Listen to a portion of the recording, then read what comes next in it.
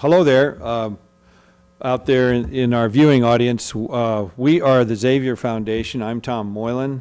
We've been working on the idea of getting the St. Francis Xavier School building back in use. It's a large grade school at Spruce and Orange. You can actually get some idea of the building from some of the viewing materials over here. On my left is an image of the building that actually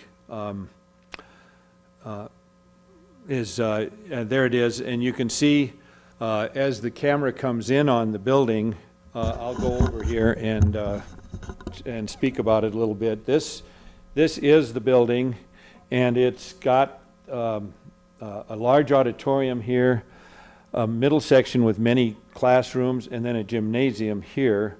We have a later image with the door open. And then this is the rest of the campus, the St. Francis Xavier Historic Block, the church, St. Francis Xavier Church, the rectory, and the Loyola building. And so these buildings, together with the St. Francis Xavier School building, make the St. Francis Xavier Historic District. It has been nominated for the National Register last December by a commission of the state of Montana. That nomination was unanimous. I'll come back over now, so there's a great deal of hope here for this campus as part of Missoula's historic fabric. And where we see some hope, or we see some interest, is in a poetry contest. It's a summer-long poetry contest with the judging in October. Our poetry contest is modeled after the poem by Oliver Wendell Holmes Sr., who wrote these lines many years ago, in the early, right around 1830 when this was taking place. The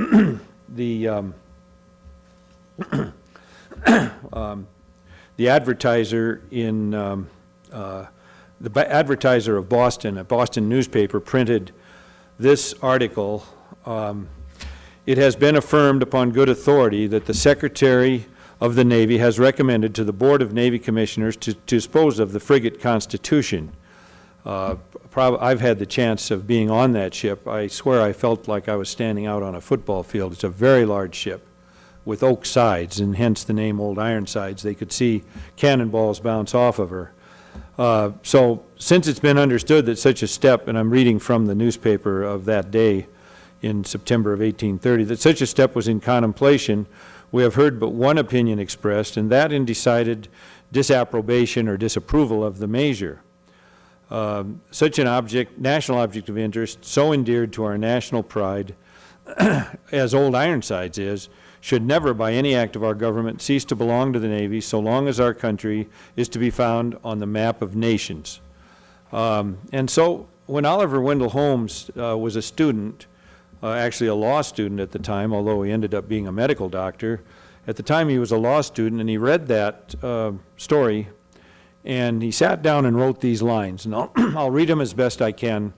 They were written in just one very quick effort on his part. And he says this about it: I tear her tattered ensign down, long has it waved on high, and many an eye has danced to see that banner in the sky. Beneath it rung the battle shout, and burst the cannon's roar. The meteor of the ocean air shall sweep the clouds no more. Her deck once red with heroes' blood, where knelt the vanquished foe, when winds were hurrying o'er the flood, and waves were white below, no more shall feel the victor's tread, or know the conquered knee.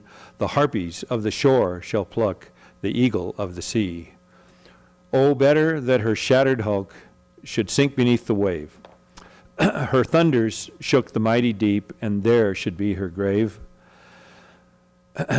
Nail to the mast her holy flag, set every threadbare sail, and give her to the god of storms, the lightning and the gale. And so there you have a poem that was written very briefly and very quickly by one of the Holmes, famous Oliver Wendell Holmes duo, and I'll go more about that later. But the Oliver Wendell Holmes then, with this poem, it went to the Advertiser, it was published, and it electrified the nation to save this ship. We have a situation with our St. Francis Xavier School that I've shown you on the image, or on the graphic, a large 30,000 square foot school with an auditorium, a gymnasium. This is a school that has been intensively used by the community. And it's a, in the past, it was weekend after weekend, there were uses for it, such as actually, some of the uses, this auditorium, square dancing, parish dances, of course, parish basketball. There were just, and not only parish, but I was speaking to someone the other day that said they played there in the YMCA leagues. And the city leagues used the gym. So the gym was open for all users. The middle section was, of course, at that time a school, but recently has become, the gym more recently has become actually a, the middle part, the school, was the offices for St. Patrick Hospital until early last year, until early 2003. And if you, this segment on the right, this auditorium was the medical library for St. Pat's, and then the gym on the left was the physical fitness center for the hospital. I'm going to just walk over now to the graphic that shows the campus itself, and tell you that, and here is an overlay of, or a bird's eye view of the St. Francis Xavier campus. And that shows the school is a very large building at the top. The church, many of you are familiar with from driving by. It's a large building, but not the size of that school. And then the rectory next to the church, and then the Loyola building. So those buildings comprise the historic district. And the school is the largest empty building in downtown Missoula. And one of the larger, certainly one of the larger buildings in the downtown. From that, I'll continue on with the story of the Holmes family just a little bit. The father was a minister, and then the Oliver Wendell Holmes Sr. was a physician, and then the son, Oliver Wendell Holmes Jr., was a Supreme Court justice, and that makes the name so famous in our history. This ship was used all over the ocean. It cost $300,000 and used 2,000 trees. In addition to others, the cannons on the ship were fastened with copper fixtures crafted by a blacksmith named Paul Revere. And of course, we're familiar with Paul Revere from, of course, Revereware, and then, of course, the famous Midnight Ride of Paul Revere. Listen, my children, and you shall hear of the Midnight Ride of Paul Revere. So we have, these things are part of our history, and so is the St. Francis Xavier building part of our history. A very interesting insight into the building, and I'll just take you over to a poster from the Montana basketball team, the University of Montana basketball team that's just to my right here. And you'll see the Grizzly basketball team. And if I can maybe, I don't know if this helps, but I'll hold this up and get it a little closer to you. But the Grizzly basketball team photo is taken inside of the St. Francis Xavier gym for this 2003-2004 season. I'll put that back down in case it's not showing well. But so here you see the gym, the basket in the background, the scoreboards, and you see the Spruce Street door in the background, the Spruce Street windows up above, with Coach Kennedy and the team. So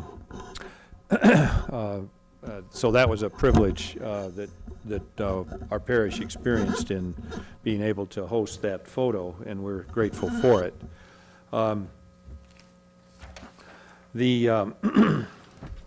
There are other examples of interest in the area of the poetry contest, and let me go on and just tell you a few details about the poetry contest. The rules are pretty wide open: poetry, verse, and/or lyric prose. And some of the examples, or some of the important, the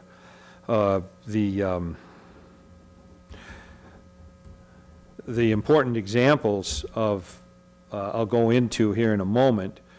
And the rules are, one can look at that poem. One can go to our website, by the way, xavierfoundation.net. The contest is in detail there, www.xavierfoundation.net. Any questions, you can refer to our phone number, 531-2394. We'll be happy to answer them, 531-2394, 406, of course. And once again, remember, xavierfoundation.net, because there's an entire website with the past history of the building, the newspaper articles, and all of the material about that, and there's actually a couple letters to the editor, all on that website, and actually updates as to, we try to keep it updated for information for you.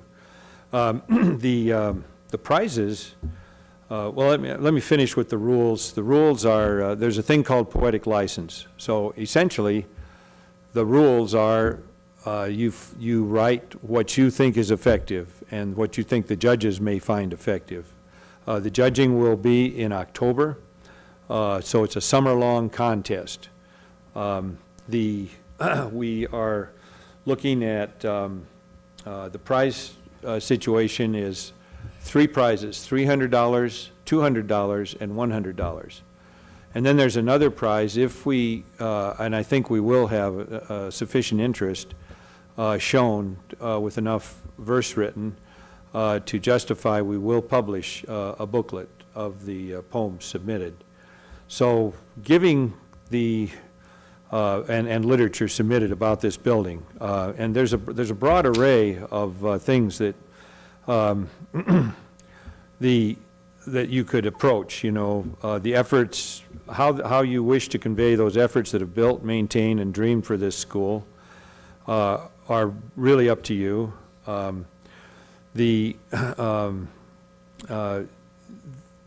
But those will, we're in a public education phase, and we're interested in what you know about the history, or what the meaning of the building is to you, or how the building may have meaning to you in the future.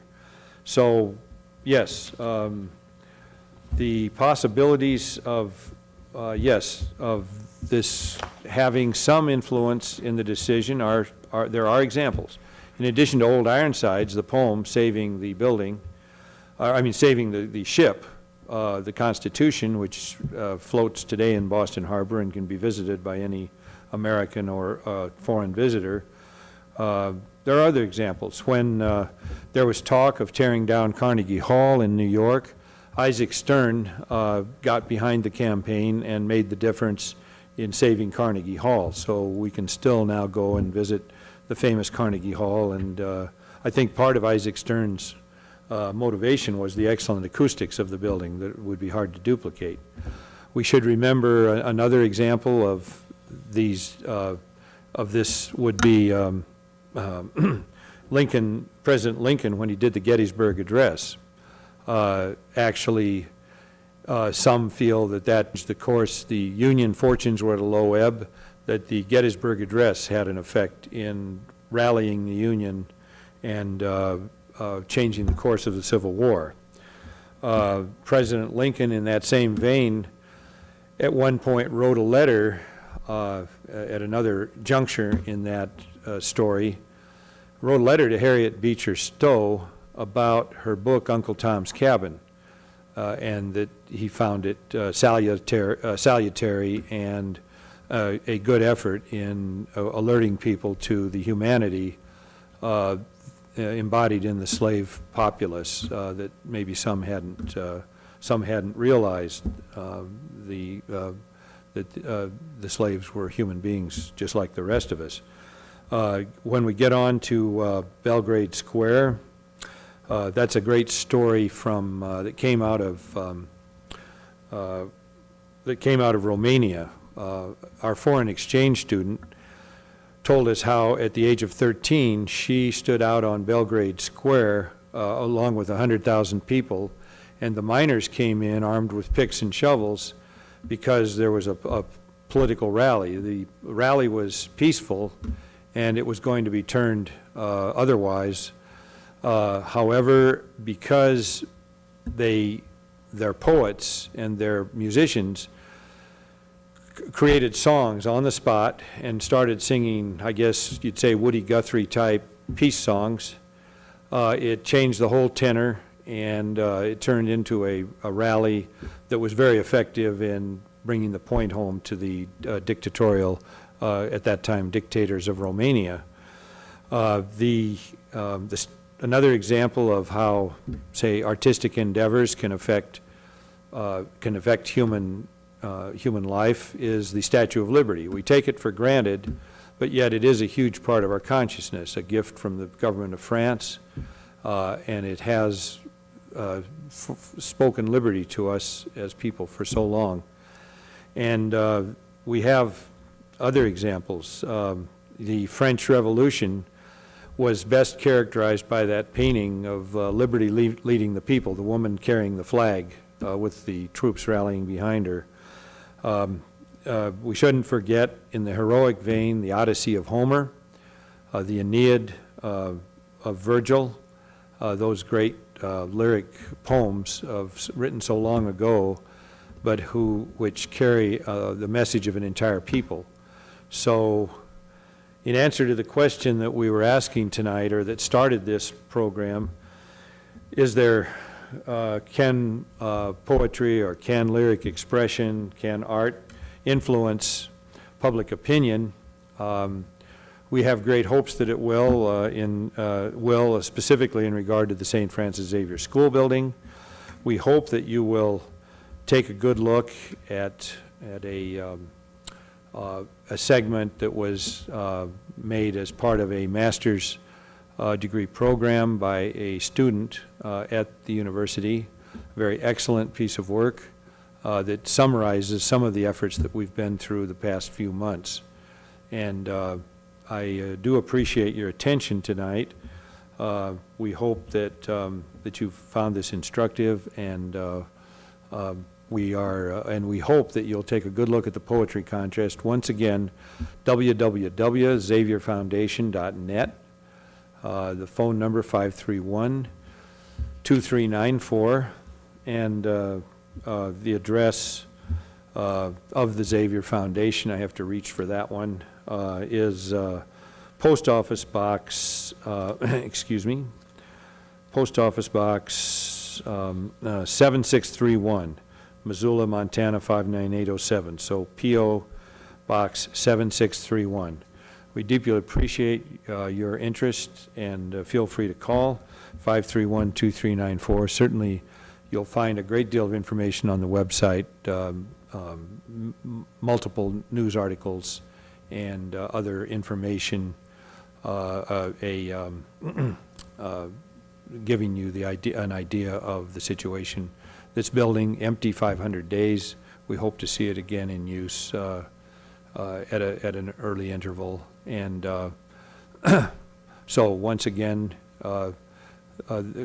stay tuned. We'll be switching to a very interesting video about this subject, a brief but interesting, very interesting video.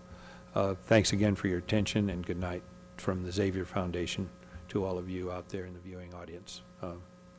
Bye-bye. The stone which the builders rejected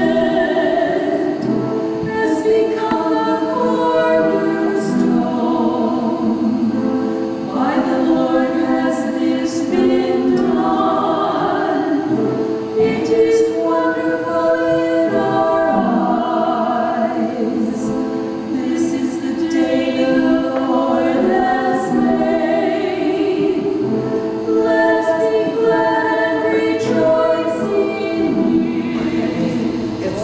It's like the church. The only reason they haven't torn the church down is because they can't. You know, because it is a historical landmark. It's already registered. I got married in that church and many other things. Confession, my first communion, confirmed, married, you know. Is it a solid building? 3 teams of structural engineers and architects have declared it a solid building. It's in need of some patches on the roof, a couple things like that. But no, it is a fully solid building. One thing, if you want to go by and check the building out for yourself, the easy way to see what condition it's in is you just walk around it and you look for cracks in the brick, because that'll tell you what condition it's in, and there are no cracks in that building.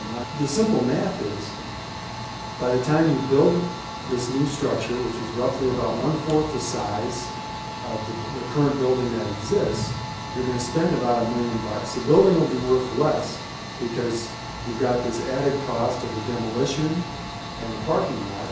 But if you put that money into the existing building, you're going to have a building that's worth 3 to 4 or maybe even 5 times what this other building is worth, because the modern building techniques they can't afford to build it as solid. What our proposal was to rent out the upper floor, about 7,000 square feet, to the Missoula Housing Authority, and they would put in the elevator and deal with it. We have some mission there because they deal with lower income people in housing. That would provide us with a cash flow of between 40 to 50,000 at triple net, so that is what we actually physically take in. And then we'd have another 7,000 square feet to either rent out. I think that the St. Francis School would be a great place to start affordable quality daycare for low-income families and incorporate all the after-school programs under one roof so that the children that need these can utilize them, and it would help them to become like they belong to the community instead of an outsider. I think children need an even start regardless of their race, age, stature, any of that. Every child has a right to have a fair chance at life. And I believe that the St. Francis School, the way it's set up, the auditorium, the gym, there's so much space that could be utilized to help the youth. And then I feel like in the long run it could even be made into more where it would incorporate family needs as well. And so I think this, you know, there's a school there, it's not being used, why tear it down? Why not make it useful? People come to Missoula, they see this campus, and it's preserved, and it's all painted, and it's pointed, and it's all nice inside. But there's nothing going on inside it. What we want to do is preserve it and reuse it. It's a working building. It gives it an atmosphere. You know, when you go into an empty building, it's going to be used, it's dead. But when you go into somewhere that's an old building, it has all its history, plus it's got an atmosphere for people being inside it. Because it's being used, it's being useful. And that's history, you know, because history is preserving what you've got and using what you've got. It's like your own life. You look back in your history to see where you've been, what mistakes you've made, and what not to do, because I've done that, been there, done that, I'm not going to do it again. So what you can do with your history and your buildings is to make them a part, integral part of the community, and use them, and preserve the history, preserve the thread, to give people a anchor, security, something to rely on. Right now, that campus is pretty much empty all day long. How can we get it back in use? I personally, and I think some of you here at the table, remember when that campus was alive with kids. Sure, the Catholic schools moved across the river, but there's lots of kids, there's lots of needs, and there's the possibility of getting all that back. Dance upon, and it's safer, it's a safer environment for dancers to be in, and it's something that doesn't exist everywhere, so it's really nice when you can find a facility that has floors like this to be able to dance in. It's really not a university that are independently run, where people are renting the rooms from the university, that will not be able to rent those rooms in a couple of weeks and will need a facility in which to continue with their dance classes, because the community still wants to participate in these dance classes in the only facility. So there are several dance classes that could. Having facilities for people to exercise in a safe, healthy environment is very, very important. And not just having a few necessarily private or fitness centers that cater to a certain group of people, that's important, that having places that are comfortable for a whole variety of individuals who want someplace that's a little more social, and again, has good supervision. The beauty of a building like this is the space. It's accessible. Where it's located in Missoula is where many of the individuals who have mobility impairments and limited resources to get somewhere, both again young and old, having, for instance, you say what you could do, having a gym facility where you can have your exercise equipment in the center and have walking space on the outside that's safe. Wooden floor is the optimal place to walk on. They provide amazing services to both, again, for people with a whole variety of limitations and functions, both young and old, could do recreational activities in there as well. I think that this building offers many, many possibilities for providing space for this type of venture, whether it's the New Directions program as we do, which is very holistic in nature, or more of a drop-in fitness center that would cater to a whole variety of other needs. It shows St. Francis Elementary building here along with the other buildings. And this really what we're going through right now is a new period of questioning about the existence of the buildings and all, but we've been through other attempts to scrape this campus clean. This is not new. And so we're familiar with this. There has been various plans and hopes or dreams of some individuals that nothing be left on this campus but the church and all other buildings be gone. And so I just mentioned that, but those things I think are in the past. I think our church and our parish and our diocese hopefully are starting to look at more the idea of uses rather than parking lots. You say people come to see history, and people are looking for this kind of connection. And if they come to Missoula, why would they want to stop at Missoula if all they see is new buildings rising all over the place? If it's one thing that I've noticed about Missoula, especially around this area, is that we treasure our history. We treasure the things that our forefathers built. And I find it appalling that, we're now having to look at the concept of somebody's going to tear down a building that has been around for almost an entire century, that has withstood the very test of time. Just to kind of appeal to any parishioners that are hearing this or listening to this, or anyone who's been through the Catholic schools, to get involved in this movement and start spreading the word to people they know and start discussing it with their priest and with their fathers and things like this, and writing the letters that need to be written so that this moves through the channels that it needs to move through. Because we have the community support, we have the people who want to be part of the building, but we are coming up against a roadblock and an administration change and things like this. And truly, I believe that what it needs now is backing from the people who are in the church, from the people who are going to the masses around this building and at this building, children who've been through that school system, who used to attend school there. They have already invested several years of their lives in this. And that energy moving forward through this and that commitment that's already established, I think is incredibly necessary at this point right now to push this further. Our website, www.xavierfoundation.net. Our phone number, 531-2394. And we have a post office box, which is, and we would appreciate letters of support or caring. P.O. Box 7631, Missoula 59807.